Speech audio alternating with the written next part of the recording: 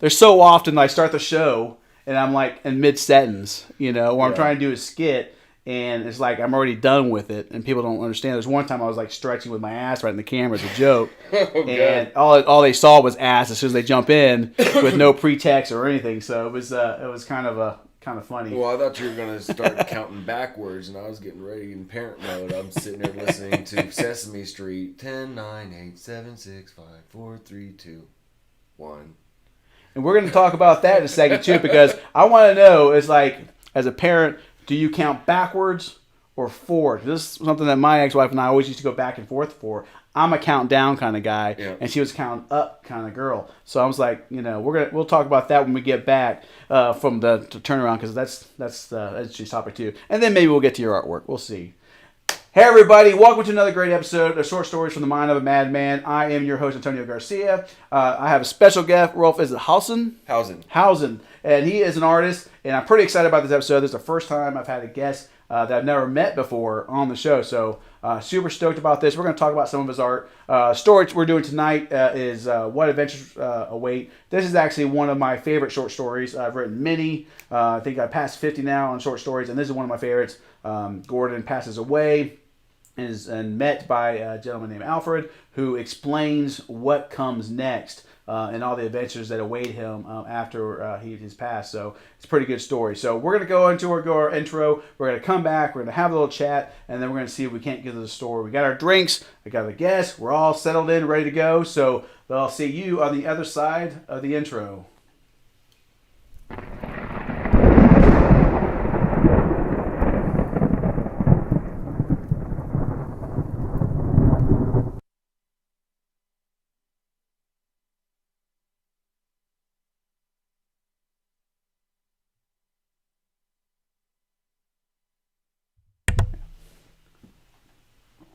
Sorry about that. I had to go. Forgot I had to go push turn on Instagram. So Instagram, in case you're wondering, we're looking down here. It's because the camera's down here, phone's up there, because Instagram still can't figure out how to let you go through the computer to do a live stream. So you get to see the bobbing head.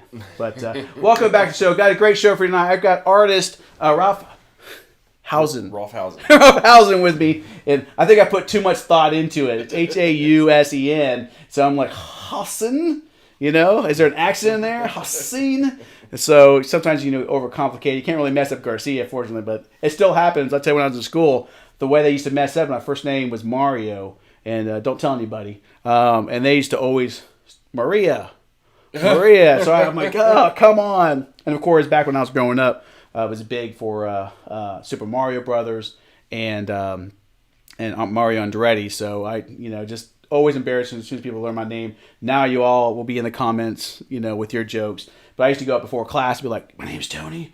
Tony. Don't say anything. I was there along with you. I mean, my name is Rolf Peter Hausen, and that's only on paperwork. Right. I go by Peter. Do you go by Peter? But everyone calls me Ralph.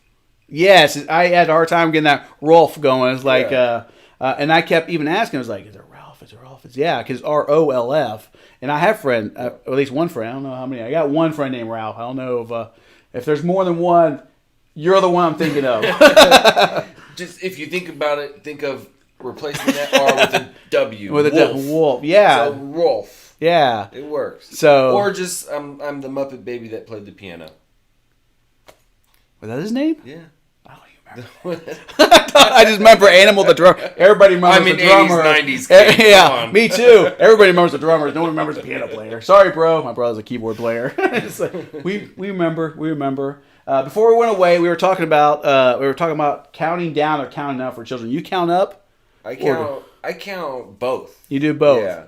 Right now I'm in the mode of counting up. Right. Because I want her to learn counting. Oh, that makes sense. But personally, I'm a counting down kind of guy. My whole issue with counting up, and is where's the number in? Obviously, 5 is usually the number that you end, but maybe you're a 10 person. With little kids, it ends at 3. Right, maybe you're a 3 person. Point is, when you're counting up, when do you stop? It's like as a child, it's like you learn over time. It's like they stop at 3, but if you keep going. Do I have extra time? Did you forget? Or a different parent comes along with a different count measure. So I find counting down it's always been for me the best way because you know when it ends. It's like I can start from 10, I can start from 5, I can start from 3, but whenever it reaches 0, you're done. Right. You know, and I still, you know, obviously my kids are older, still works to this day. I can still be like, boy, don't make me start counting down, you know, and then be like, all right, he's taller than me, he's getting old, but yeah, still, you know. Don't make me count down. Nothing ever happens. I've never even spanked my kids, but right. you know, I still kind of pull. They know something's going to happen. Oh, dude, something's going to happen at one. My daughter is the cutest. You can't even get mad at her. Right, right. I'm introducing the counting to 3. Right. She's doing something bad, and I want to count to 3, and I was like, okay, I'm going to count to 3. You don't stop. You're going to get a whooping. 1, and she looks at me and she goes, 2. Oh, she counts with you? Oh, that's next level stuff right there. Oh my God, that's hilarious. Oh man, now, 1, 2. Oh, it's over. Do it. It's over. Do it. It's do over. it. Go to 3. Do it. Like, oh my God. Get in the bath. Daughters are definitely different. I used to carry my daughter everywhere. I pretty much had to stop when I start. You know, she got too tall where I started banging her head around the walls. Oh, that's what stuff. she wants. She wants me to pick her up every time. Well, it's nice when they're light. It's not a big deal. You know, when they're light, it's not carry them all over the place. But when they start getting bigger, especially when they start having that dead weight when they fall asleep. Oh my God! I don't think people realize like how much they weigh when they're like asleep or passed out. Just their head alone, baby neck. That thing is heavy. And of course, you got to worry about the head banging on things. That thing is heavy. They never worry. We were always concerned with that sort of thing.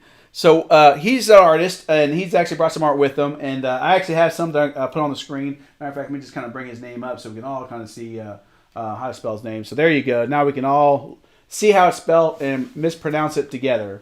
You got a little vein of white there. And I purposely put it down there so it wasn't blocking anybody's faces too. I was like messing around with it earlier. I'm like, no, that's gonna be over his face over here, so I'm gonna put it right down the middle. So let's take a look. He's actually brought some extra work with him. I show some book, but let me take a look at some of the pictures here. So here's one. If I click on it, there you go. So you can kind of take a look at some of his work here. I've actually got that one with me because I finished that.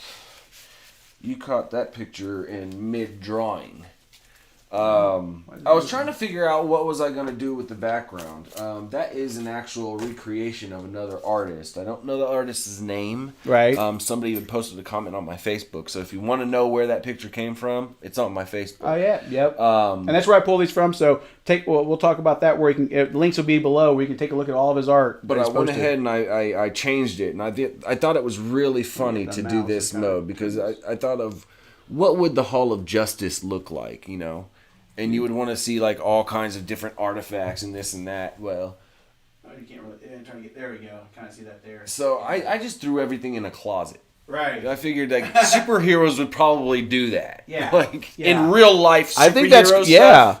Well, no, Batman's the only one I think we've ever seen. Like what he does, he's got that big case that opens up. Well, that's where I got him on a stand, and his is all neat. And that's how they do it in the movies. But he can't do that every day. I mean, can you imagine every night? Right. Going through the hole, your car's like rotating up. I can see Superman just opening the closet and throwing his cape up. Throw it out. You got Lois yelling at him for throwing it on the couch again. And pick yourself up. That's right. And actually, that's actually the one on here too. So I'll bring this one up. Yep. There we go. So that's the Thor. Yep. I know you can't see it because of the shine. Right. Yeah, so you can see this is it right here on the screen. So you can kind of see the detail on that. And that's like an old school Norse god Thor going on, which is really nice. Yeah. So what are these drawn on? What kind of medium is that? They're blank cover comic books. They're actually comic books. Oh, okay. So there is a comic story in each one of these. I go out and I buy them. All different kinds. I got Jugheads, I got Mercy Sparks, Torchwood, all different kinds. So inside of there is an actual comic? Yes. And then, but the fronts are blank specifically so that you can draw on them? Yes. Huh, interesting. Yep. I've never heard or seen that before. That is... Like if I open that up, and I spray all of these, so it's not like it's going to put a matte spray on it. So see, there's no cover to this one, but some of the other ones actually do have its own cover. Kind of take this close to the camera so you guys take a look at this. We'll kind of see how there's actually inside of it. There's actually a drawing, but the front comes blank. There's nothing on the front, so you draw the entire front yourself. Right. That's pretty Now, neat. on this particular book, they've got their own backing to it. Right. But on most of the blank cover comics, it's front and back that are blank. That way, if we want to open it up and have a full blown cover page, we can do that. So, out of curiosity, what's the purpose of that? Why would they do that? Like, do you draw them and then... Why they do that, I don't know. But my guess would be to get more people introduced into drawing. Interesting. Yeah, that would make sense. Get more artists out there, see who's doing what, and then see if they're hireable. Right. That's actually, I mean, doing some little bit of graphic design myself, I definitely can see the benefit of that. Saying, hey, instead of focusing on doing a whole comic book yourself, here's a comic book, but with a blank front, so you can kind of design your own. But then you've got multiple backgrounds to it. Like, I'm a artist that will go into full detail. Mm-hmm. You have other artists that will just literally do a sketch. Right.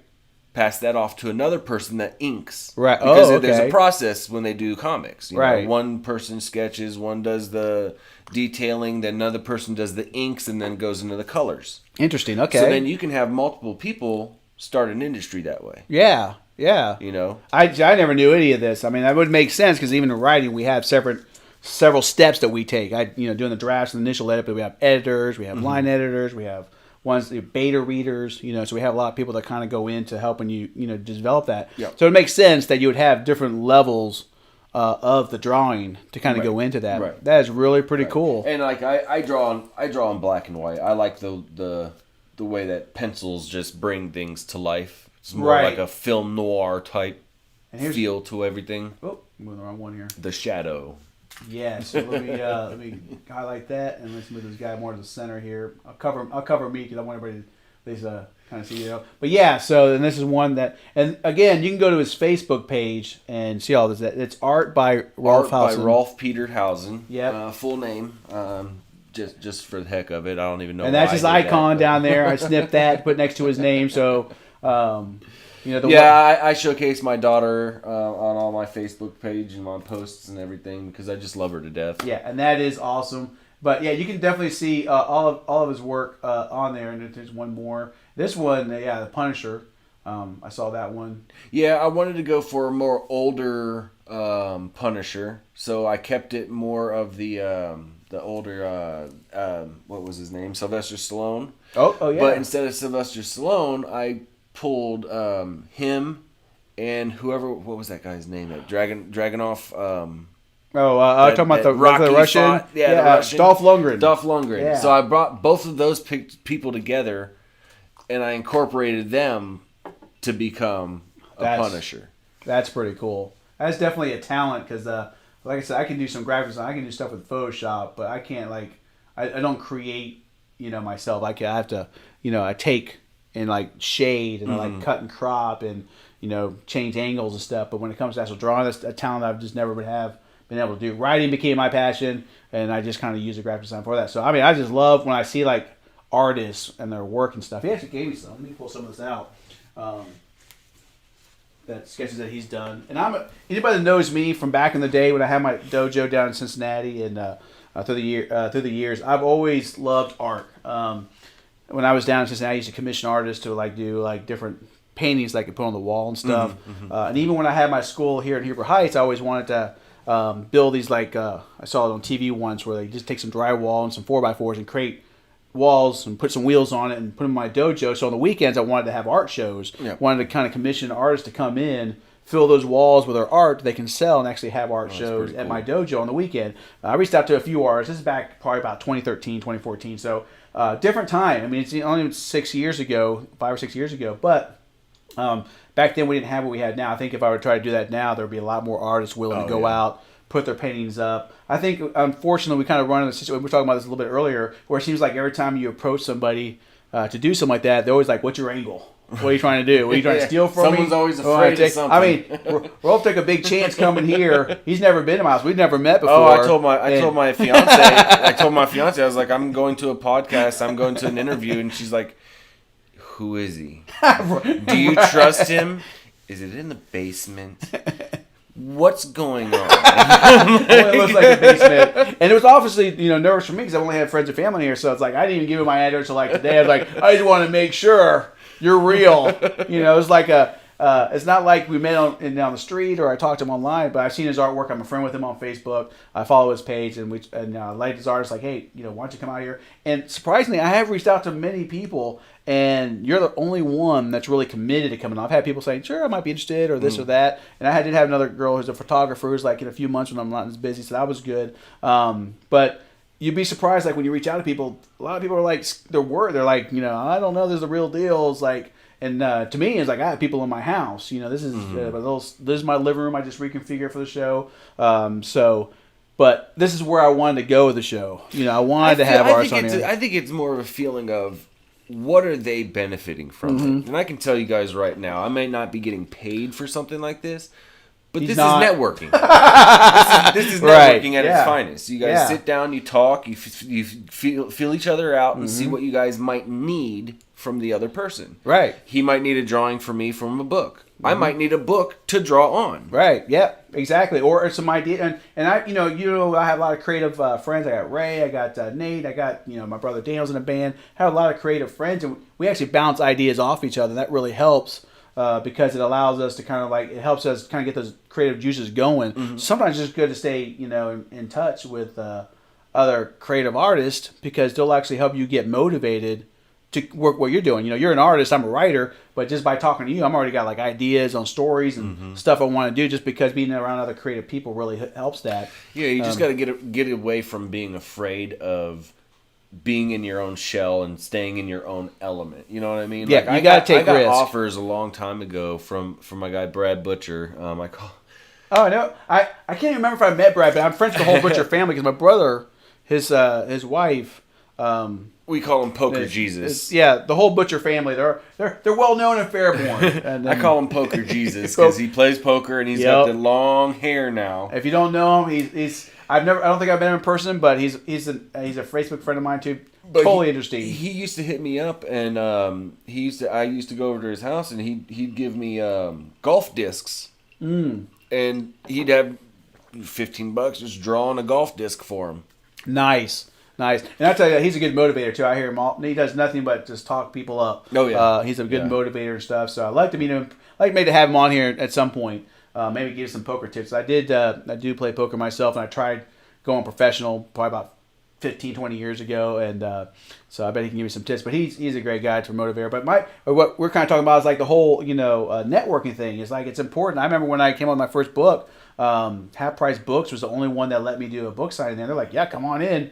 And granted, when I was at my table, most people thought I worked there, so I spent more time helping people carry books out to the car and opening the door for people than selling books. But it was still a fun event. But now when I go to some other bookstores and talk to them in person or call them on the phone, they're very wary of we don't do that here. It's like, okay, it's like it doesn't cost you any money. It's like I just want to sell my book. I can sit over there in the corner. Right. So I always appreciate when I meet other people and they're like willing to come out and network and they're willing to because he's an artist, I'm a writer. We both get the struggle. Of what it takes to hustle and get your passion out there because, while we see that some of the famous writers are out there, the Stephen King, Dean Koontz, and, the J.K. Rowlings, we see the R.R. Martins, we see the famous writers. We don't realize there are hundreds of thousands of small writers. They're just that would just love to make a living off in their passion, but they're not one of the big well-known names. So it's always been my thing is to kind of get to know so if any investors are looking for something to throw into, you got two guys right here willing to work. I come up with stories. He does the drawings. We got this made. And I forgot. So on YouTube, I follow some other writers and stuff. And I hate how I can never. The only writers, and I still follow them. I still listen to what they have to say. They have good content. But they have hundreds of thousands of followers and likes and stuff like that. I'm like, I want to find the small people. Mm-hmm. So I joined a Facebook group called YouTubers, and every time I come across a writer who's got maybe 100 subscribers, or I only got 20 myself. I got 100 subscribers, or or less than 1,000. I subscribe to the page. I'm like, I want to hear what they have to say because they're like the hidden gems. They're like the ones that are not big enough to where everybody's watching them, but they usually have good content themselves. They just haven't grown in popularity because there's there's a lot of small groups that kind of are the top niche. So, but I finally found a way to find the ones that are there doing the hustling and all that. So real quickly before we get to the story, I do want to show just some of this art here, just real quick. It's just, anybody who knows me too, I appreciate gifts. So when someone gives me some, I got into writing because a friend of mine when I was doing security when I was 19 was a writer. We're doing third shift security at General Motors, and he would write every night.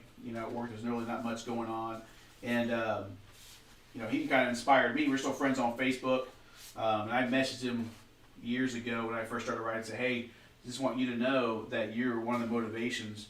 And I got to show my sister real quick, one for her. She's a huge Steelers fan. Close your eyes, Daniel. That's my brother. He's a Bengals fan. And got that. I probably honestly buy a small frame for her for this one. But actually, my dad was the one that came up. He's passed away now, but he's the one that came up with drawing a whole bunch of football stuff.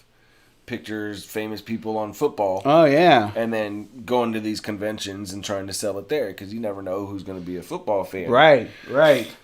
Unfortunately, it wasn't that great. I mean, it was a great idea. Don't get me wrong. It was a great idea. Wrong market. Mm-hmm. You don't go to a comic convention for football material. Hey, I just started getting some cosplay, and I can tell you, they are different. They're different breeds of people. For sure. But yeah, I mean, that's one thing where kind of along the lines of knowing your market. Right. And honestly, I'm all over the place with my writing and stuff and with my short stories and everything else, my books. I don't know what kind of market I have other than readers. Those you just want to try to reach out to. But, all right, so, hey, you ready to get into stories? If you want to try to hit a different market, take some of your scripts and just throw them into an art community. Say, hey, try to come up with something from this story. Exactly. Remember, we talked a little bit about that before the show as far as some of the things I wanted to commission him for, some of my short stories to kind of, well, not short stories, but mainly for my books and stuff to come out with some fan art, so come out with some of the characters to kind of give them life. I can't draw. All I can do is describe them and give them personality. You can make it a contest. Right. Oh, yeah, that too. Yeah. You can actually make it a monthly contest. Every month, throw out a script for someone to throw and piece together one page, just one page of a scene. A scene, like the story, or or of art, or write a story. No, of the art for the story. Okay, yeah. And I love to do that. And a lot of these bigger writers I do, they do that. My fan base is very limiting. So if I have to have one of those contests a year. This year, whoever writes, for this one page, I hope to get to the point to where, because that is something I do want to do, because I think anybody who's creative, artists, songwriters, writers. If you look at movies, an artist, it's a wide variety of talent that goes in there. You got the score, you got the actors, the writers, you got the people who create the CGI for scenes and stuff like that, or build the sets. I lived in LA for a little while, and I was one of the final sound guys to a film. There's this film called The Hammer. I can't say it's got some names in it. Right. I won't go too much into detail because I'm not here to promote. Yeah, I don't want Hollywood coming after me. I'm not here to promote the movie, but I literally sat there and watched the movie 6 times just to hear punches, make sure they lined up with this correctly. Right. What's that movie? I Love You, Man. Where the main one of the characters in that's what he does. He does scores. And I Love You, Man. With Paul Rudd and the guy from How I Met Your Mother. I can't remember his name. But I learned I see different things in movies. So one thing I saw in him is how he did the score. And he had this and the movie screen on there when he's writing the music while he's watching. He's lining it up to the scene. I was like, oh, that's how they do it. And I've seen some behind the scenes how they do the sounds and stuff with guitars or smacking or clapping. And I find all that stuff fascinating. But yeah, lining up the sound. People don't realize how much work goes into just lining things up. I mean, even with my podcast, which is just audio, I spend the first part just lining up when the presents comes up to when I'm talking, and that's something simple, but I still really work to make sure it lines up as much as I can only imagine if I was doing that to lip movement and things like that. So a lot of work goes into all these different facets, and I think as an artist, you start to appreciate that more when you're watching movies. And even when I hear a song now, because I've just trying to get into learning instruments and stuff, I appreciate music more just from how much work goes into the writing, the instrumentals, the tone of it all. It's just every aspect of creativity. The editors that go into that thing too. It's just the people who do the mixing, the whole process. It's just phenomenal. So I appreciate that. So that's one thing I'm glad, I'm glad I have an artist in here where he's like showing off some of his work. I definitely get the hustle of, the drawing, of just trying to get your name out there and your work. And that's one of the reasons why this show has almost started a little bit more into more of a talk show than it has into the reading my short story. That's kind of like my become my gimmick. But I really enjoy having people on it because I love hearing what they're passionate about. And I think people that are watching the show, I think the goal is to motivate them a little bit too. It's like, hey, it's like these guys are just like me. It's like, these guys are hustling. They're trying to get their artwork out. They're trying to get their showing off the creativeness. And that's one of the things I started. Kind of enjoy doing this too. But anyways, you ready to get into this? I am. All right, so he's going to be doing the voice. I know on the advertisement I had him doing Gordon, but I was like, there's not enough lines because it's mostly the other character, Alfred, that's doing the talking. So in this short story, Gordon is passed away, and Alfred shows up to kind of show him the ropes behind the scenes, and mostly through dialogue. Obviously, as a writer, it's mostly. Oh, I thought you said Alfred was going to be talking shit about him. Okay. That's in part 2. But for this one, we're just going to do the part 1. So I'll be doing the narrating, and I'll do the voices of Gordon, and Rolf will be doing the Alfred take on that one. All right, so let's get started. Gordon looked on as his family surrounded his now lifeless body. It had been a week since he had been admitted to the hospital, but in the end, his body had given out. Now he watched on as merely a spectator. He had tried to talk to his family members. He walked up to each one hoping they would hear even a whisper from him, but they never reciprocated. He followed them to the funeral home and then to his burial spot. He had always thought when the time came he would be greeted by loved ones, maybe an angel, someone who would be able to tell him what he was supposed to do once he had passed. But he found himself alone and confused. Since he had no guidance, he could only do what came natural to him. He followed his family around. At first, he still felt a part of the family. Though he couldn't communicate with any of them, he was still able to share in their activities. The only times he was lonely was when they slept. Since he was dead, he didn't sleep himself. Oftentimes, he would venture out and walk the streets while his family slept. See, now you kind of see like he picked things up. I said, slept too many times. I see it. He was surprised that he didn't see I it. can kind of relate. I kind of relate. I might have been sleepy when I wrote that, so that might have been why. He was surprised that he didn't see other souls wandering around. Of course, he also realized that they probably wouldn't be able to tell the difference between the souls walking around and the living. No reflection greeted him whenever he looked into a mirror, but he was able to look down at his hands, arms, and legs. He didn't see any glowing aura. He looked just like he did before. He wasn't even translucent. As time passed, his family grew older, and though he was at the hospital when his wife died, he didn't see her soul appear, which he had hoped. His kids became grandparents, and when they died, he wasn't able to greet them either, so Gordon began to lose interest in following his family line. One day, he walked out and never returned. He once again found a little excitement in being able to explore the country. Since he never got tired, he was able to keep walking until he reached his destination. It was decades before, finally, he had seen every part of the country. A deep boredom began to fill him, as he no longer saw any mysteries left to explore in the world. That's because you haven't stopped thinking with your living mind. Gordon heard a voice behind him. Gordon turned and found himself facing a middle-aged man with a trim beard. It kind of works out. With a trim beard and a wise demeanor. Who are you? Gordon asked, having trouble remembering how to talk. My name is Alfred. The man said with a slight bow. Keep forgetting I got 2 hearts. You look like a man who is becoming lost, so I thought I would lend you some assistance. Gordon didn't know how to reply. I know when you first died, you were hoping to have been met by someone who would show you the way. However, you'll find most souls have no desire to help newly dead people. It's only after a very long time do some of us see that souls are ready to be shown what they are truly capable of. You see, If we tried to explain all these truths to you when you first arrived, it would fall on dumb ears. You would have been unable to fathom what I'm about to teach you. But now that you have been dead for a long time and have severed your ties with the living, you are now ready to be instructed in the life after death. If Gordon can drool, he imagined he would be staring at the stranger with dead eyes and drooling. I can see you're a little confused. Alfred continued. Let's start with something easy. Why don't you see anyone else? Gordon perked up a little. That had been bothering him since the beginning. You see, Alfred began. When you die, you become energy. You no longer have mass, and you're a little out of phase with everyone else. Living people are securely grounded across all these different planes. Now, over time, you'll be able to pass through the different planes at will, and even see them as easily as you see me in front of you, or those buildings over there. Are you going to teach me how? Gordon asked. I'm afraid not. Alfred replied. It would take too long. But what I can do is teach you the basics. Let you know what the progression usually is. Oftentimes, it takes hundreds of years to reach your full potential as energy. But some of us return to help others to speed up the process. Gordon was ready to take whatever advice Alfred was offering.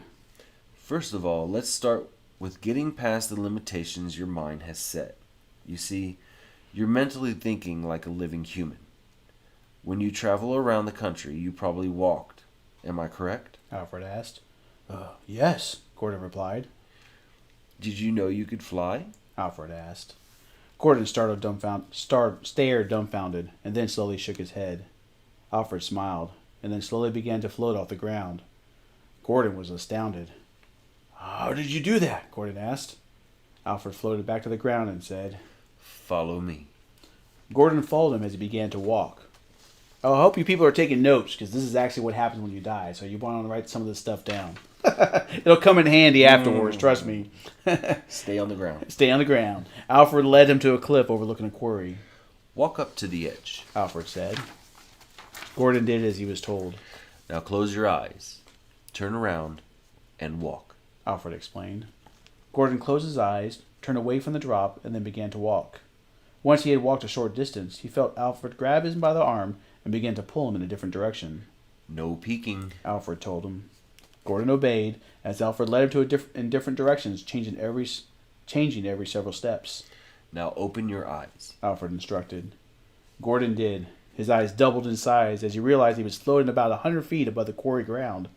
Alfred let him go, and immediately Gordon fell, hitting the ground hard, but feeling no pain. Meet me back at the cliff. Yes, Yoda. Meet me back at the cliff. Enjoy the show. Thanks, Yoda.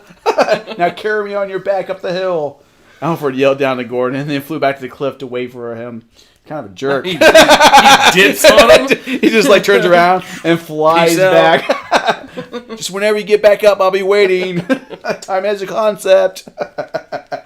Let's see where Gordon eventually rejoined him at the cliff edge, who immediately repeated the process. Sorry. Okay, just want to make sure someone texts me saying there was no sound. That's happened before, but halfway through the show, and someone's like, "We can't hear you." All I see is you guys making some kind of gestures with your head. Let's see here. Over time, Gordon was able to remain. Oh no, that's not where I'm at. Just above that. There it is. I yelled at Gordon. Gordon eventually rejoined the cliff, who immediately repeated the process that he'd just done, randomly alternating between leading him out over the quarry and staying on solid ground. Over time, Gordon was able to remain floating after Alfred had released him. Very good, Alfred complimented. Now use the same thought you're using to remain floating and will yourself back to the cliff. Gordon found that flying was much easier now that he learned to float. Once they were back on solid ground, Alfred continued explaining what he had learned. You see, Gordon, He began. When you die, you become energy. No matter. But your mind still limits you because that's all you've ever known. Now that you've accomplished probably the hardest hurdle, everything else will come more naturally over time. Gordon listened intently, wanting to absorb as much as he could. You see, Alfred continued. when you first die, your natural will is to be with your family. As time passes and they move on, you become curious about the physical earth, so you explore it. Normally, most people accidentally learn to walk through walls or fly, but once they cross that barrier, their way of thinking takes a new course. First, you fly around the earth, feeling as free as a bird, and then it isn't long before you get bored and fly straight up. You find that because you don't have any physical form, you're not held down by gravity. You're able to fly as easily in space as you are here. You may fly out to explore space, but once you realize it takes forever to get anywhere, you return to your home, Mother Earth, and begin trying other ways of existing.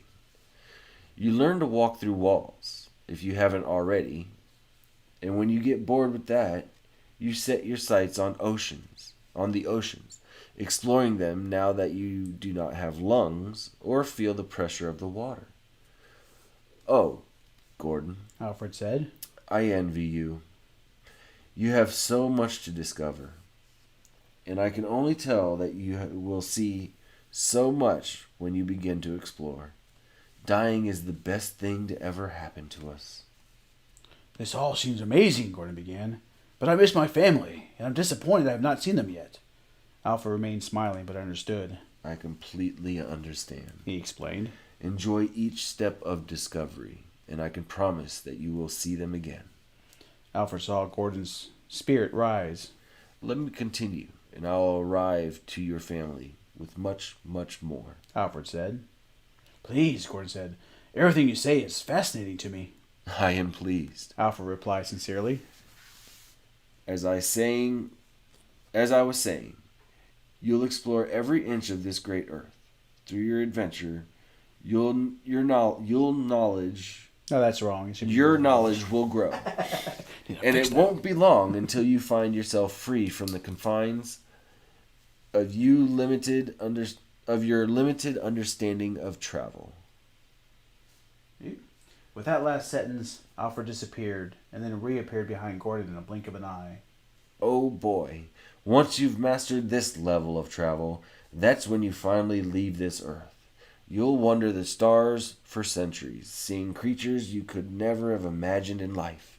You'll even brave flying directly through stars to see what's in the middle. Through your travels in space, you'll gain more understanding of the universe around you, and one day, you'll come to know that there are countless other universes. It will take some time to be able to interact with them, but that's when you'll return to Earth and begin to search for your family. Gordon smiled at the prospect.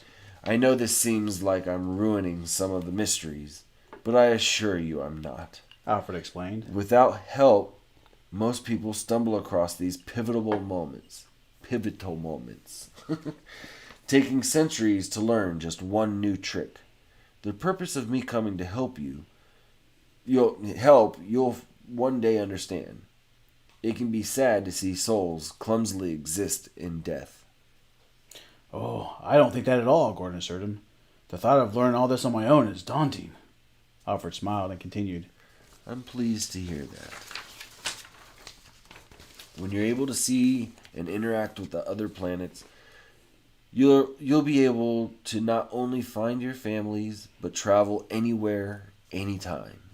You'll learn that time and space are relative and only linear for the living. I must inform you, though, that it may take some time before you find your families. The plans are limitless. The planes are. I can tell you were like, the planes are limitless. The only good benefit is that there are only one you cross all of them. Gordon was fascinated with everything Alfred spoke. I myself had many adventures with my families. And once you find them, even if you go your separate ways, you will find it easier to locate them later, as you can more easily feel where they're at. And just so you know, I've really let up on the hads. I used to do a lot of them. My first novel, I'd already order the proof, and I let my ex-wife look at the proof to kind of read through it. And she pointed out I had a lot of hads in there. I'm like, I don't have that many. I did a search, had like over 100 hads. That's my thing. So every now and then you may come across a had, but not too often. All right, let's see. Families? Gordon asked. Alfred laughed. I was hoping you would pick up on that. Yes, I meant families. Which leads me to the final lesson. Once you learn to master all these lessons, you can choose to be reborn on this planet. Or even another. Reborn? Gordon asked. I myself have lived a dozen lifetimes, and since you can travel anywhere in the universe, you can even live a life on a different planet. There are a couple of quick quo pros, though. The first is, even though you can travel to any time period when you are dead, life is linear, so you can only move into a shell not yet occupied. Occupied? Gordon asked. You see, at the moment when a child reaches a certain point in its development, it is ready for a soul to enter, whether a new soul or someone who wishes to be born again. Now, of course, I should explain that once you learn all these lessons, another option is to shed your immortal coil and become pure energy. You don't cease to exist, but you combine with the universe to create a new, unique soul. Many do this after 1,000 lifetimes when it becomes a more natural transition. So when an unborn child is ready for a soul, it will either receive your soul or a new unique soul. Which leads me to my conclusion. Unfortunately, all that you have learned cannot be retained by the limited living brain. So when you are reborn, you will remember nothing throughout your entire life. Which is, as far as I'm concerned, the best part. Of course, when you die, you'll have all the memory from before, as well as the new memories you gain through your new life. You'll be a son, father, grandfather, to a new family, who you'll be able to reconnect with when they die. Now you'll probably be wondering why wouldn't you go and meet them at the time of their death to teach them all that I've taught you? Well, the answer, Father, is that you'll understand why they need to reach a certain point first, to truly understand what's to come. Father? Gordon asked. Alfred smiled. Greetings, Dad. It's me, your son Kevin. Pretty impressive. You even change your tone a little bit. You recognized it. I like that. I was thinking of letting him know before the story. It's like, just so you know, he switches at the very end. But he kind of picked up on that, which is good. With that, Alfred morphed into Gordon's son, Kevin, as a teenager. Gordon rushed to him, taking him into his arms. Kevin hugged him back. Words cannot express the happiness that Gordon was feeling. He had been alone for so long, and now his son was standing before him. Where's your mom and sister? Gordon asked. They're happy, Dad, Kevin explained. And don't worry, you'll see them soon enough. But for now, I thought we could spend a little time together. Say, 100 years or so, and travel. Gordon was left dumbfounded. Kevin took Gordon by the hand and said, Let's go, Dad.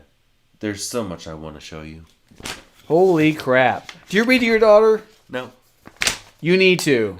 I gotta tell you. Actually, I kind of do. I read Dr. Seuss books to her. Right. Wow. I gotta tell you, you have a great reading voice. That reminded me of what was the movie? I was gonna ask this. Is like, if you know in the comments, leave in the comments if you know what movie I got this from. I know which one you're talking about. Robin Williams. Yep.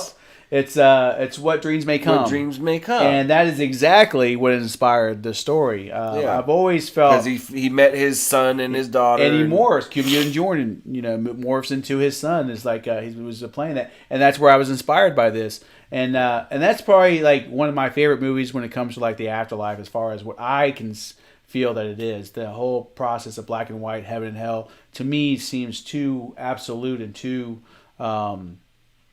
just too black and white. I feel like there's more options. There's more to do. So to me, What Dreams May Come seemed like more of an interpretation of what dreams are. So this story is actually based on that. And I figured some people would pick up on that.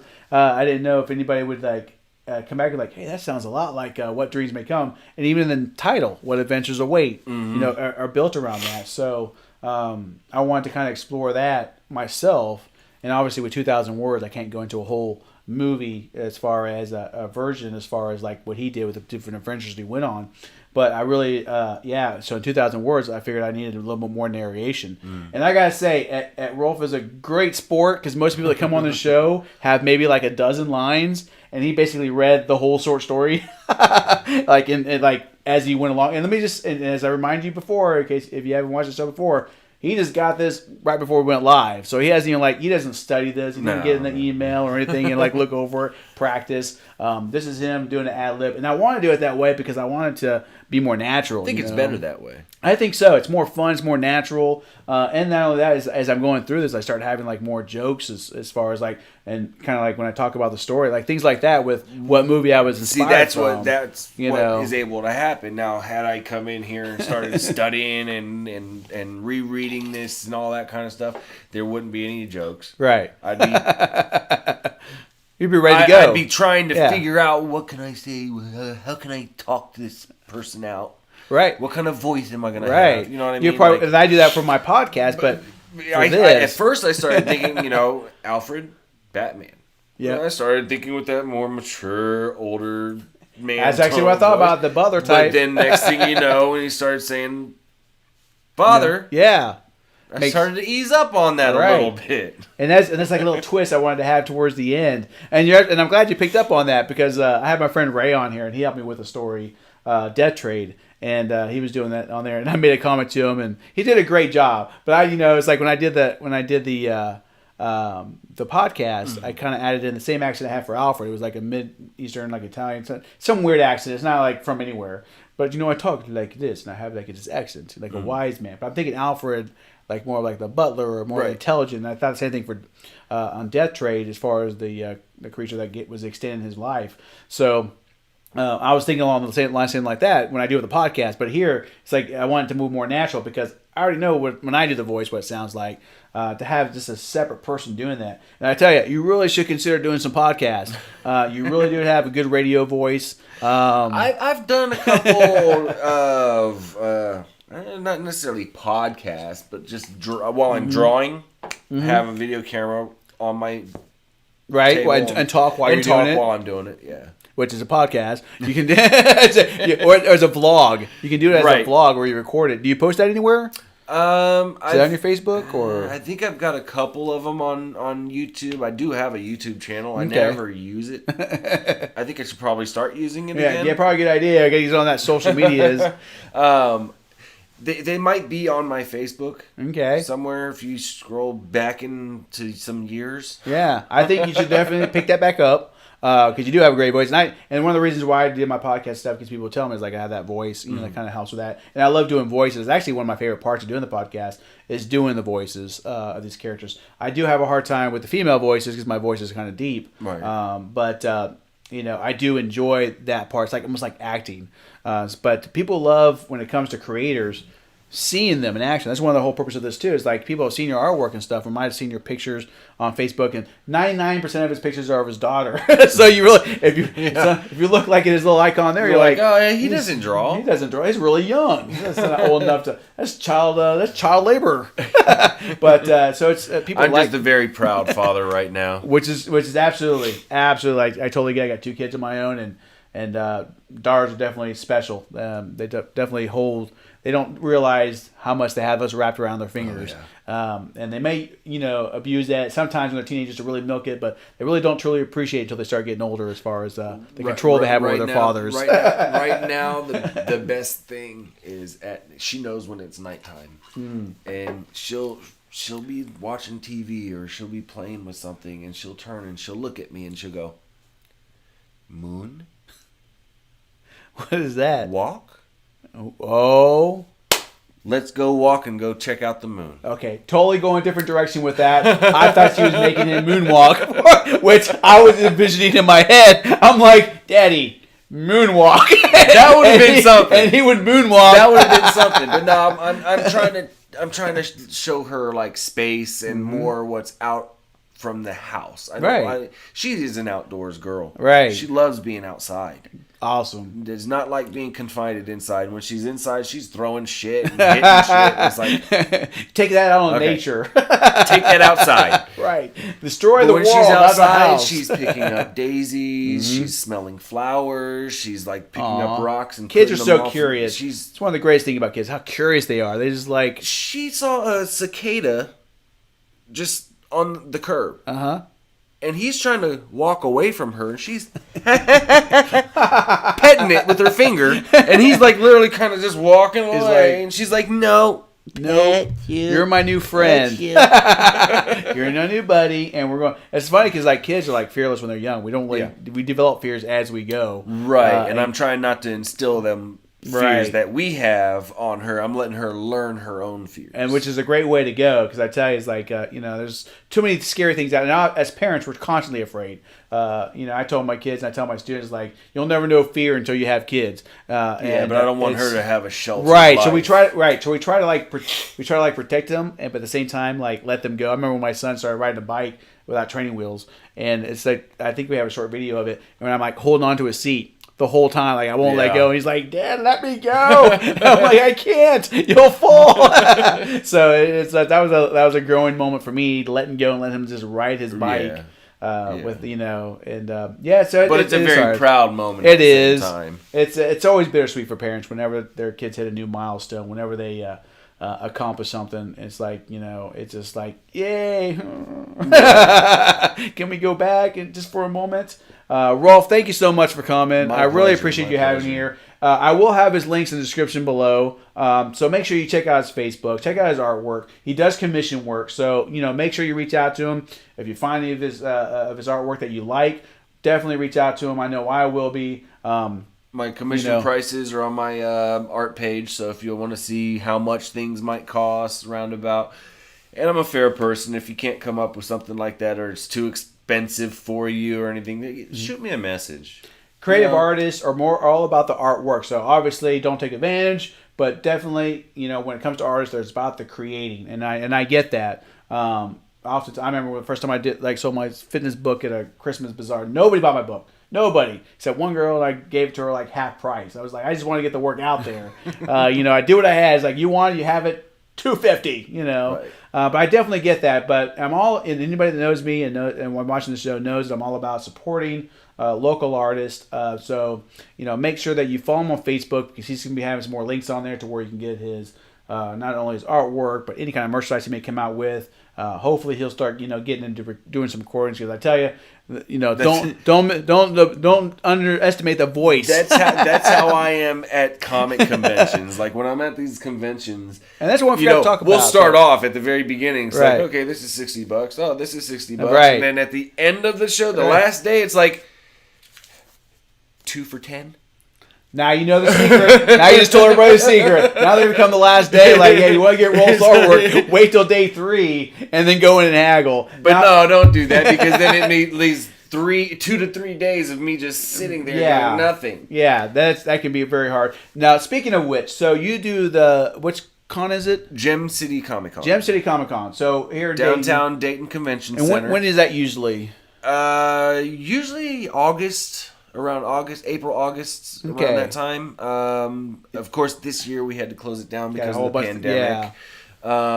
They should be opening up. I know they're doing one in a different town right now. Mm-hmm. I think Yellow or Springfield or something like that. Gem City is going there to present and help out. But they should be opening up next year because they couldn't have it at the convention center. Jesse Noble. He decided to have a garage con. Oh, and there you go. He brought all of his stuff, and he brought one of our artists, Sean Forney, out to his garage to draw and help sell stuff. And adapt and overcome. You got to get it where you can get it. Right. But if you do go, definitely come out and support. And you have a booth there pretty much every year. Yeah, I have a booth there every year. There's lots of artists. Mm-hmm. If you're not there to check me out, check out somebody else. They're all newcomers. Hell, even some of the artists there bring their kids, and their kids are drawing and they're making like dollars more than I am. So I mean, just come out. That's check how it we out. buy our groceries. Feed Come out, check it out, and support. Art is life. Yeah. I mean, if you don't like art, you're not living. You're not really appreciating the beauty that's in the world. And like this shirt says, I'm a writer. I see stories everywhere, and this has 3 pictures or so. And don't forget too, you got my merch on there. You can also check out. We're gonna try to see if we can't get him hooked up on some merch, because with talent like that and the drawings and stuff, we definitely got to get people walking around wearing. I'm sure you can make some cool T-shirts. So keep that in mind when you're doing commissions. Like, hey, I want a design I can put on a T-shirt. He can definitely help with that. He's like, I mean, drawing to me is like magic. I love it. It's just like, to me, it's just a skill. I've tried several times myself, and it's you have to have the gift. I can write, I can tell a story, I can show a story. When it comes to drawing, I cannot. So, Rolf, again, thank you so much. My dad always said that he could always draw the best stick figure in the world, but he couldn't draw anything else. Hey, stick figures are still popular. I've seen entire YouTube shows built around that. But be sure to check out his Facebook. I'll have the links below once I'm done uploading this. And well, actually, we're live, but I mean, when I'm done, I'll go down and put the links down there below. Also, don't forget that you can also support my books. I do have 2 to sign tonight. So I have a friend, Chris. So, Chris, if you're watching, welcome. Thank you for supporting me. He bought a copy of my short stories from the mind of Madman, Volume 1, and my 2015 novel, Sin's the Father, which is a mystery novel. So I'll be signing that. What I'm going to do is I'm going to pretend sign it now, and then I'm going to put a little bit more thought and meaning into each signature for that. Last week I did my...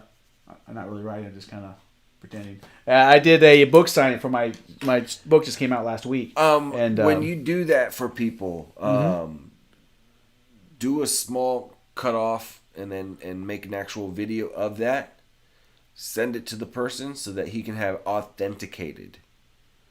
You might not be big right now, but later on, if he wants to have something worth something because you're big and huge, he's got it signed and it's authenticated, knowing that you did sign it for him. Yep. And these Sins of the Fathers is the first edition. I will be coming with the second edition soon, because the cover on this is horrendous. I was just getting the graphic design when I made this. I hate it. I'm coming out with a new copy, and I only say that because when I come out with the second edition, the first editions will no longer be made. So if you have a first edition, they'll become priceless, just because when I do become famous, you won't be able to get them anywhere else. You have the brand new pretty copy. And he's thinking about using me for the covers. And that'll be like for him for all my covers, man. I tell you what, we're going to get together on some Black Knight that I've been working on. I'd love to have some character art. There's some interesting characters in that. And I'd love to get him commissioned on. So make sure you definitely support him. Don't forget, also I have merch. So check out my website, AntonioGarciaBooks.com.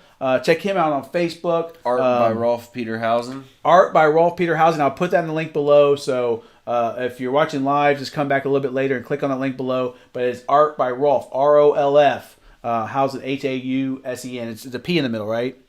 Yep. So just make sure you'll find him. Trust me, I got the picture of his baby right there.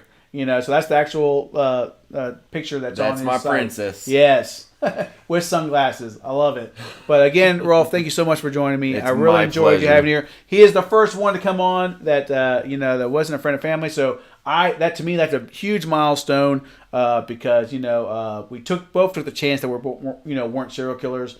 And we're both artists that love to, that came to support. Oh no, he did try to get me drunk. I did, and I got another one waiting for him. A special can for my next story that I'm writing. They're actually true crime books, and but based on my own crimes. But again, thank you so much for joining me tonight. We have another great episode. Won't be in next week, but the following week we'll try to get another great guest in on here again. Rolf, thank you so much for joining me. Check out his artwork, and as always, thank you so much for watching, and we will see you. And now we're going to have the all too common awkward goodbye as I move the mouse around looking for the stop streaming button. And there it is. Okay, everyone. Have a great night.